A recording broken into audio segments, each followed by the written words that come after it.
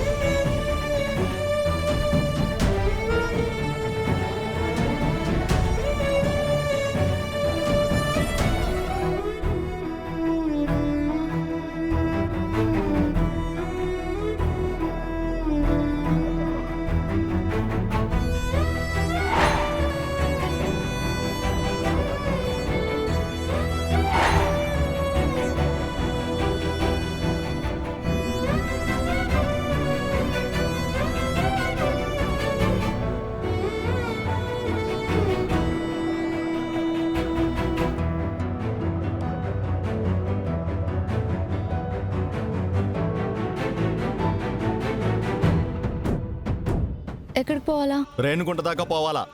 రేణుగుంట దాకానా? అంత దూరం అయితే రాలేనన్నా. రేణుగుంట దాకా అవసరం లేదు, మధ్యలో దిగేస్తాం. ఓ అవునా?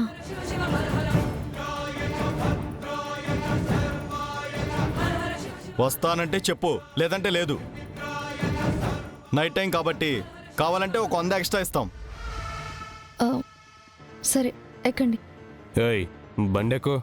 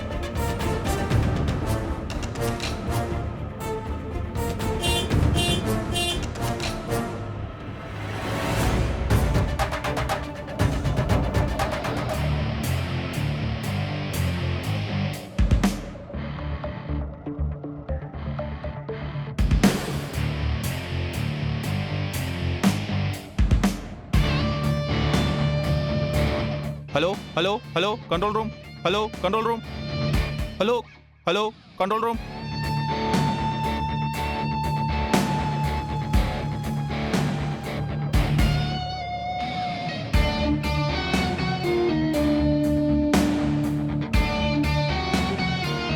ఇటెందుకు తీసుకెళ్తున్నావు? రేణుగుంట రోడ్ అని చెప్పాం కదా. షార్ట్ కట్ సార్, ఇటైతే త్వరగా వెళ్ళొచ్చు. మెయిన్ రోడ్ నుంచి వెళ్లకుండా మధ్యలో ఇలా ఎందుకు వచ్చావు? షార్ట్ కట్ అని చెప్పాను కదా.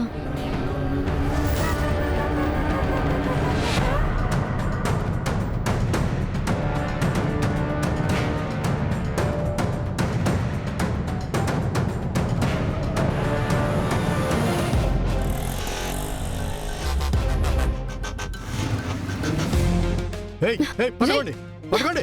ఆగరా. నీల్ డౌన్, కూర్చోబెట్టండి. Kneel down, kneel down. ప్రమాదంలో ఉన్న అమ్మాయిల్ని కాపాడడానికి మేమిచ్చిన సింబల్ని సరిగ్గా యూజ్ చేసుకున్నావమ్మా. ఒక అమ్మాయి ప్రమాదంలో పడకుండా ఆదుకున్నావు. సార్, ఇలాంటి వాళ్ళని వదిలిపెట్టకూడదు. ఆడపిల్లని అర్ధరాత్రి పూట ఎక్కడికి తీసుకువెళ్ళాలనుకుంటున్నారో, ఏం చేయాలనుకుంటున్నారో అర్థం కావట్లేదు. వీళ్ళ సంగతి మేం చూసుకుంటాం. తీసుకెళ్ళండియా.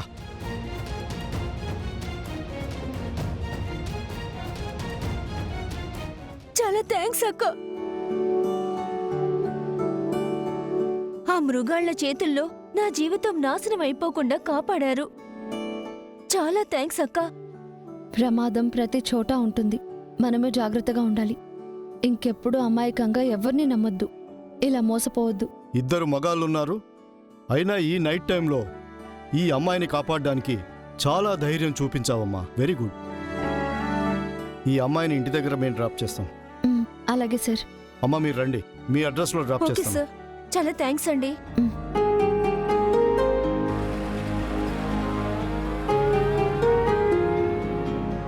ఎంకన్న స్వామి, ఏందయ్యా ఇది? రాను రాను ఆడపిల్లలకి రక్షణ లేకుండా పోతుంది.